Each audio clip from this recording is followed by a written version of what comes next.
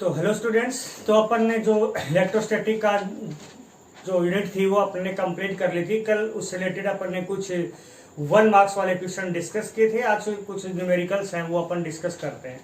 तो अपने पास जो फर्स्ट न्यूमेरिकल है उसके अंदर कह रहा है कि आपके पास एक 1 कप ऑफ ए वाटर है और उसके अंदर आपको positive and negative charge determine कीजिए। मतलब आपके पास एक कप है वाटर का और उसके अंदर कितना पॉजिटिव चार्ज है कितना नेगेटिव चार्ज है ये आपको डिटरमाइन यहाँ पे करना है। तो कई बार आपको ये देखना है कि अगर न्यूमेरिकल के अंदर एग्जाम के अंदर एक कप ऑफ वाटर ब्रैकेट में कुछ दे रखा है कि कितना वाटर है उसके अंदर तो अलग बात है, अदरवाइज नहीं दे रखा है तो अपनी मर्जी से अपन मान सकते हैं। तो यहाँ पे मान लीजिए अपन ने मान लिया कि अगर दे रखा है तो ठीक है, नहीं दे रखा है तो अपन ने मान लिया मास ऑफ ए वाटर कितना मान लिया है। यहाँ पे हमने मान लीजिए 200 ग्राम मान लिया। कितना मान लिया है ये आपकी मर्जी है, 100 मानो 200 मानो या 250 ग्राम मानो, जो भी आपकी मर्जी है। वाटर है, ठीक है कि नहीं। और आपको पता है कि आपका जो वाटर होता है वो क्या क्या होता है, H2O का मतलब आपका जो एटॉमिक मास नंबर कितना होता है, 18 होता है। मास नंबर का मतलब क्या होता है, आप लोगों को केमिस्ट्री के अंदर आप लोगों को एक कंसेप्ट पढ़ा होगा कि जो मास नंबर होता है उतने ग्राम में जो नंबर ऑफ मॉलिक्यूल्स हैं वो कितने किसके बराबर होते हैं, अवोगाड्रोस नंबर के बराबर होते हैं। तो इसका मतलब हमें क्या पता चला यहाँ पे कि इन 18 ग्राम वाटर मॉलिक्यूल कितने होंगे, इक्वल टू 6.023 इंटू में 10⁻23। मतलब वाटर मॉलिक्यूल्स आपके 18 ग्राम में इतने हैं। तो आपके पास तो कितना वाटर है, 200 ग्राम है। तो इतने ग्राम, इतने 200 ग्राम में कितने, 1 में कितने होंगे, 6/023 इंटू में 10⁻23 अपॉन में 18। आपके पास तो कितना ग्राम है, 200 ग्राम है। तो 200 ग्राम में कितना हो जाएगा आपके पास यहाँ पे, तो इसे मल्टीप्लाई हो जाएगा 0.23 इंटू में 10⁻23 अपॉन में 18 इंटू में 200। ये आपके पास क्या आ गए हैं, number of water molecule, total number of water molecules. ये total number of water molecules आपके पास से आ गए हैं। और आपको पता है वाटर का एक मॉलिक्यूल ये है, इसके अंदर नंबर ऑफ इलेक्ट्रॉन्स कितने होते हैं, 10। क्योंकि ऑक्सीजन के कितने अंदर, ऑक्सीजन के अंदर कितने होते हैं, 8 इलेक्ट्रॉन्स। और एक हाइड्रोजन के अंदर 8। तो कितने हाइड्रोजन है, 2 हाइड्रोजन है प्लस में 2 किसके अंदर है, हाइड्रोजन के अंदर ना, सॉरी ऑक्सीजन के अंदर। तो कितने हो गए, 10। तो आपको पता है कि वाटर के एक मॉलिक्यूल के अंदर कितने इलेक्ट्रॉन्स होते हैं, 10। तो आपके पास टोटल नंबर ऑफ मॉलिक्यूल्स कितने हैं, इतने हैं। तो इसके अंदर इतने के अंदर कितने इलेक्ट्रॉन्स हो जाएंगे, 10 से मल्टीप्लाई कर देंगे। तो आपके पास क्या जाएगा, टोटल नंबर ऑफ इलेक्ट्रॉन किसके अंदर है, इन 200 ग्राम वाटर कितना हो जाएगा, 10 कितने से मल्टीप्लाई कर दोगे, 10 से। तो कर दीजिए इसको 6.023 इंटू में 2 को 2 जीरो है, ये 200 है तो 25 10 से और मल्टीप्लाई कर रहे हैं। तो मैं सीधा कर देता हूँ 10⁻26 इंटू में 2 अपॉन में 18।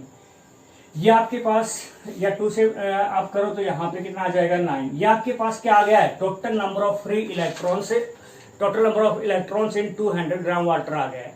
और आपको पता है एक इलेक्ट्रॉन पे चार्ज कितना होता है, -1.6 इंटू में 10⁻⁻19 कूलम।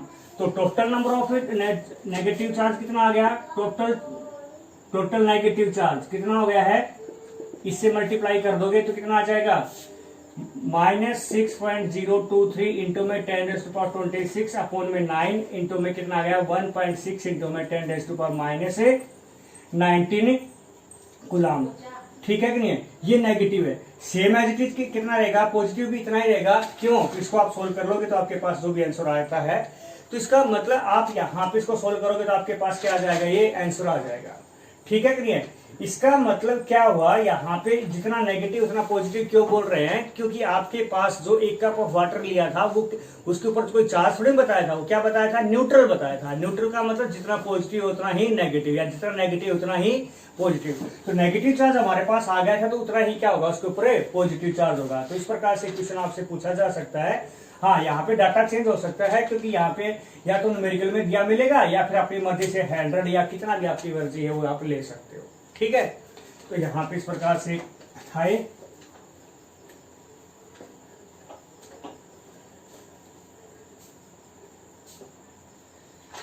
सेकंड न्यूमेरिकल देखिए, कह रहा है कि आपके पास कोई इक्विलेटरल ट्राइंगल है, मतलब एक समांतर इक्विलेटरल ट्राइंगल है जिसके तीनों वर्टिसेस के ऊपर 3 चार्जेस सेम लाइक चार्ज क्या है प्रेजेंट है। इक्विलेटरल है तो तीनों साइड क्या हो गई है, इक्वल हो गई है। तो कह रहा है कि ये मान लीजिए ए पॉइंट है और ये बी पॉइंट है और ये सी पॉइंट है, ठीक है। इस प्रकार से है, कह रहा है कि what is the total resultant force on a charge at present at a point C, मतलब जो सी बिंदु के ऊपर जो चार्ज प्रेजेंट है उसके ऊपर रिजल्टेंट फोर्स आप ज्ञात कीजिए कितना होगा। तो देखिए यहाँ पे आपको पता है कि ये ए पॉइंट पे चार्ज है और सी, तो ए पॉइंट पे जो चार्ज है इसके ऊपर क्या लगाएगा, फोर्स लगाएगा। दोनों ये भी पॉजिटिव है ये भी पॉजिटिव है, तो कौन सा फोर्स लगाएगा यहाँ पे, रिपल्सिव फोर्स। रिपल्सिव फोर्स किधर लगाएगा, इधर। उसका नाम देता हूं मैं एफ सी ए। तो मतलब सी पे कौन लगा रहा है, ए लगा रहा है।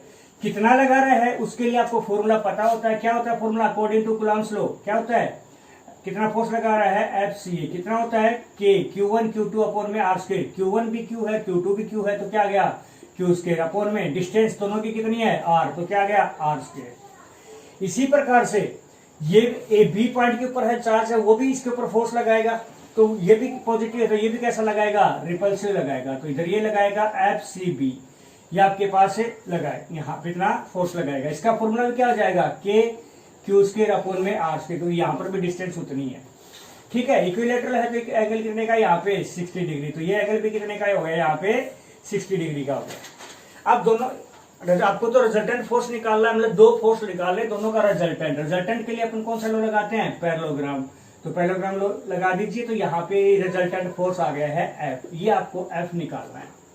तो रिजल्टेंट फोर्स का फॉर्मूला आपको पता है क्या होता है, आपको याद हो तो कि आर इक्वल टू क्या होता था, ए स्क्वायर प्लस में बी स्क्वायर प्लस में 2ab कोस थीटा का अंडर रूट। इसी प्रकार से ए की जगह हमारे पास आर की जगह एफ है और ए की जगह एफ सी है, बी की जगह एफ ए सी बी है। तो कर दीजिए यहाँ पे, तो क्या आ जाएगा, यहाँ पे F equal to under root F C A का स्क्वायर प्लस में एफ ए सी बी का स्क्वायर प्लस में 2f C A F B sorry C B और कोस थीटा। थीटा कितना है यहाँ पे दोनों के बीच में, 60 डिग्री। आपको पता है दोनों का मैग्नीट्यूड क्या है, सेम है। यहाँ पे एफ सी ए ले लीजिए चाहे एफ सी बी ले लीजिए, दोनों का मैग्नीट्यूड क्या है यहाँ पे, सेम है। तो आप यहाँ पे एफ सी बी उसकी जगह एफ सी ए लिख सकते हो, तो यहाँ पे क्या हो गया आपके पास, यहाँ पे 2f लिख सकते हैं, नहीं लिख सकते, दोनों की जगह प्लस में 2f और एफ सी का मतलब एफ सी स्क्वायर हो गया, इनटू में कोस थीटा कहना 60, कोस 60 की वैल्यू कितनी होती है यहाँ पे 1/, कोस 60 है तो कोस 60 की वैल्यू क्या होती है 1/2। तो 1/2 से 2 कैंसिल आउट हो गया, तो आपके पास क्या बच गया, 2f स्क्वायर और एफ सी स्क्वायर क्या बच गया, 3f का स्क्वायर का अंडर रूट। तो इक्वल टू क्या आ गया, √3 मतलब √3 इंटू में एफ सी ए की वैल्यू आपके पास है कितनी आई थी, के क्यू स्क्वायर अपॉन में आर स्क्वायर। ये आपके पास क्या आ गया है, रिजल्टेंट फोर्स आ गया है। तो इस प्रकार से आपसे पूछा जाए तो आप ये बता सकते हो। इसी प्रकार से नेक्स्ट देखिए,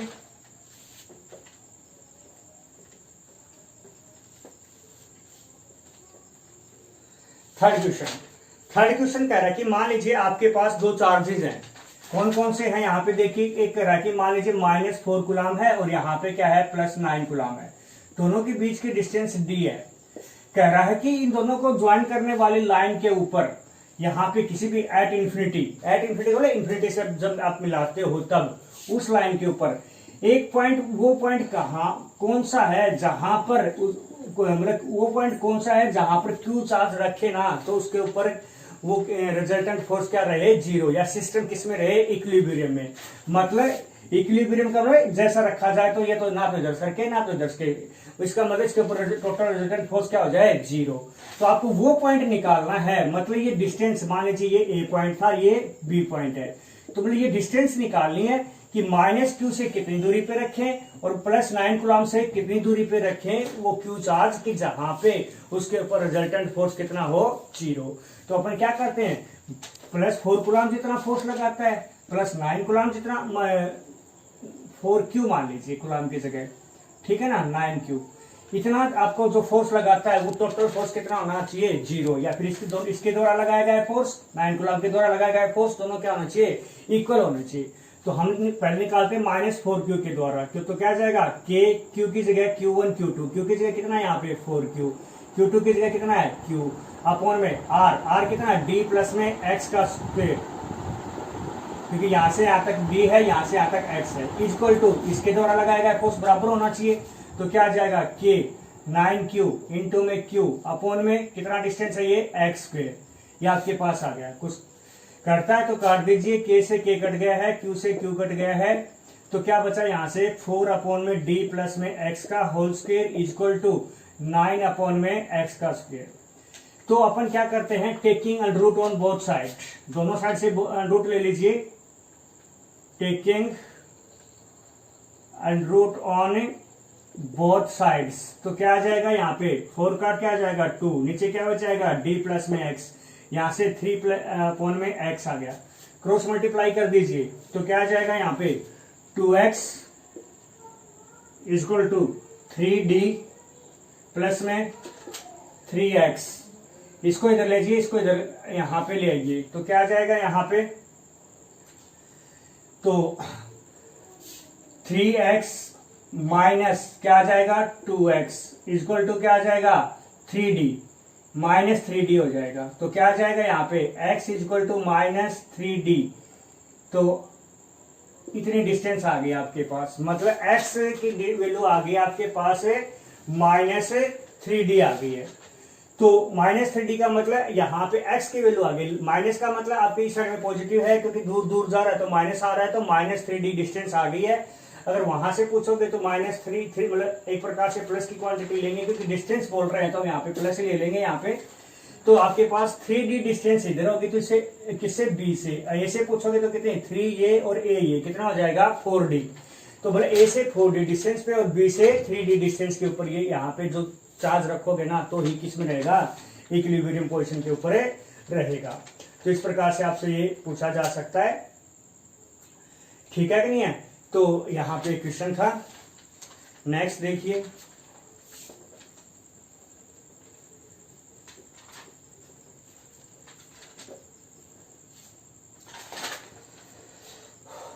उसके बाद कह रहा कि आपको यहाँ पे कह रहा है कि determine the electric flux if electric intensity is this and surface area of the body is this, मतलब आपको E की वैल्यू दे रखी है और सरफेस एरिया की वैल्यू दे रखी है और इलेक्ट्रिक फ्लक्स आपको निकालना है। मतलब आपको क्या दे रखा है, इलेक्ट्रिक फील्ड इंटेंसिटी दे रखी है कितनी 2I कैप प्लस में 3J कैप प्लस में 4K कैप वोल्ट पर मीटर। इसी प्रकार से सरफेस एरिया दे रखा है 2I कैप प्लस में 3K कैप मीटर स्क्वायर। आपको निकालना क्या है इलेक्ट्रिक फ्लक्स। आपको पता है इलेक्ट्रिक फ्लक्स का फॉर्मूला आप सभी जानते हैं, इलेक्ट्रिक फ्लक्स का फॉर्मूला क्या होता है E डॉट S होता है। तो E की जगह E वैल्यू कर दीजिए 2I कैप प्लस में 3J कैप प्लस में 4K कैप डॉट S की वैल्यू क्या है 2I कैप प्लस में 3K कैप, ये आपके पास है। आपको पता है डॉट प्रोडक्ट में सेम वाला वन रहता, बाकी के साथ 0 होता, मतलब 2I का सिर्फ 2I के साथ आएगा तो क्या आ जाएगा 4, I डॉट I 1, बाकी के साथ J और K के साथ क्या हो जाएगा 0।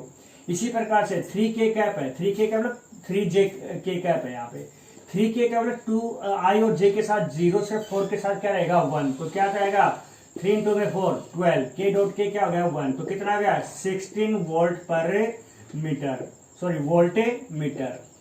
ये आपके पास इलेक्ट्रिक फ्लक्स से आ गए, ठीक है। उसी प्रकार से एक क्वेश्चन और कह रहा है इलेक्ट्रिक फ्लक्स से बता रहा है यहाँ पे,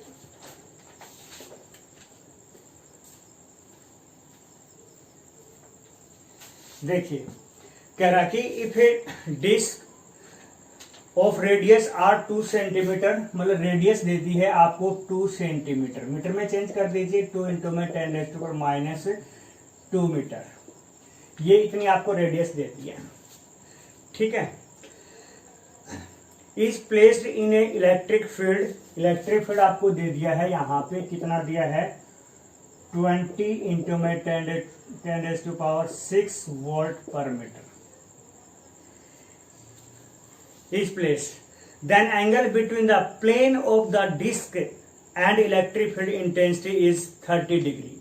याद रखना, अगर आपका क्या पूछ एग्जाम में क्या बोल दिया जाता है, एंगल बिटवीन प्लेन वर्ड दे दिया जाता है, between the plane of the, जो भी बॉडी है, यहाँ पे डिस्क थी तो प्लेन बोल दिया जाता है, तो एंगल जो लोगे ना वो हमेशा 90 में से माइनस करके लोगे। अगर प्लेन नहीं आता है तो जो एंगल दे रखा है वो डायरेक्ट लोगे, ये कंसेप्ट याद रखना आपका।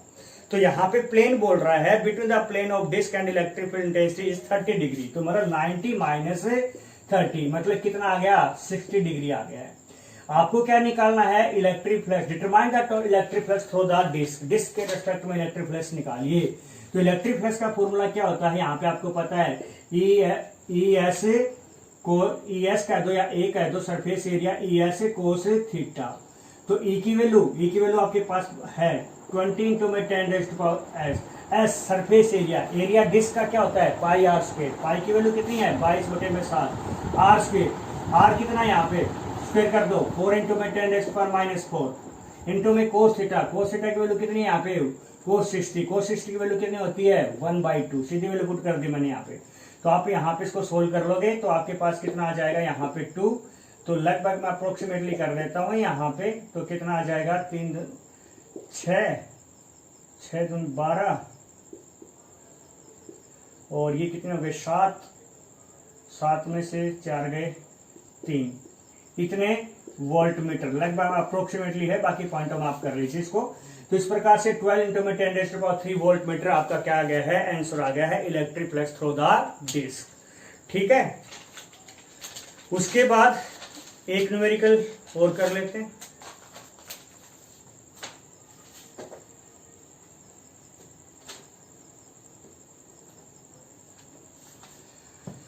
हाँ देखिए, कह रहा कि एक डायग्राम दे रखा है एक्स और यहां पे 4 कैपेसिटर लगे हैं 1 2 3 4, C1 C2 C3 C4, प्रत्येक की वैल्यू कितनी है 2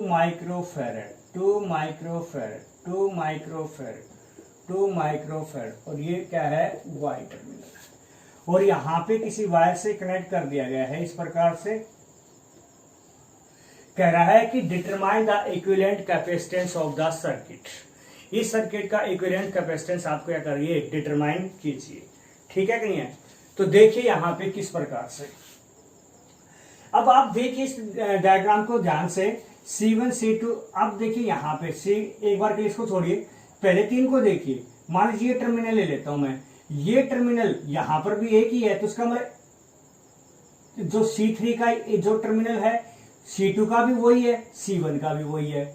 इसी प्रकार से दूसरा टर्मिनल जो ये है C3 का भी वही है, C2 का भी वही है और C1 का भी वही है। इसका मतलब C1 C2 और C3 तीनों किस में जुड़े हैं, यहाँ पे पैरेलल में जुड़े हैं। किस प्रकार से, यहाँ पे इस प्रकार से C1 C2 और C3। ठीक है, उसके बाद इससे आगे कौन सा जुड़ा है, यहाँ पे C4 जुड़ा है। तो यहाँ पे इस प्रकार से X और Y इस प्रकार से सर्किट है, तो इनका अपने को यहाँ पे निकालना है। तो पहले तो अपन देख रहे हैं कि तीनों किस में जुड़े हैं, पैरेलल कॉम्बिनेशन में। तो पैरेलल कॉम्बिनेशन के लिए अपन तीनों का निकालेंगे, तो पहले निकालेंगे equivalent capacitance of C1 C2 and C3। कौन से कॉम्बिनेशन में, पैरेलल में। पैरेलल के लिए आपको पता है CP इक्वल टू क्या होता है, C1 प्लस में C2 प्लस में C3। तो CP इक्वल टू क्या आ गया 2 माइक्रोफैरड प्लस में 2 प्लस में 2 मतलब 6 माइक्रोफैरड आपके पास आंसर आ गया। ये अभी कितने का है, तीनों का। और 6 मतलब पूरा का पूरा C4 के साथ किस में जुड़ा है, सीरीज में। तो मतलब CP C4 के साथ किस में हो गया, सीरीज में। तो इन दोनों का इक्विवेलेंट क्या आ जाएगा, मतलब सीरीज में। सीरीज के लिए क्या होता है, C इक्विवेलेंट इक्वल टू 1 में C1 प्लस 1 में C2। तो C1 की जगह क्या है CP और C2 की जगह क्या है C4 है। तो क्या आ जाएगा 1 में C इक्विवेलेंट इक्वल टू 1 में कितना है 6 और ये कितना है 2। एलसीएम ले लीजिए 6, तो कितना आ जाएगा 1 प्लस में 3, तो कितना आ गया 4/6 मतलब 2/3 मतलब 1/6 इक्वलेंट मतलब 2/3 आ गया, तो C इक्वलेंट इक्वल टू क्या आ गया 3/2 मतलब 1.5 माइक्रो फैरेड। ये आपके पास क्या आ गया है आंसर आ गया है। ठीक है, इसी प्रकार से और भी न्यूमेरिकल हैं, आप इनको आपके पास बुक है, इससे रिलेटेड आप जितने न्यूमेरिकल्स निकालोगे आपकी प्रैक्टिस होती रहेगी। ठीक है, जब तक आप खुद नहीं करोगे तब तक आपके न्यूमेरिकल्स हैं वो क्वालिफाई होने, जितने मैं तो ये कहता हूँ जितने हो सकते हैं आप खुद प्रैक्टिस करिए, और बाकी कोई दिक्कत आती है तो मेरे पर्सनल व्हाट्सएप नंबर पे आपने जो प्रॉब्लम है वो आप मेरे से शेयर कर सकते हैं। ओके।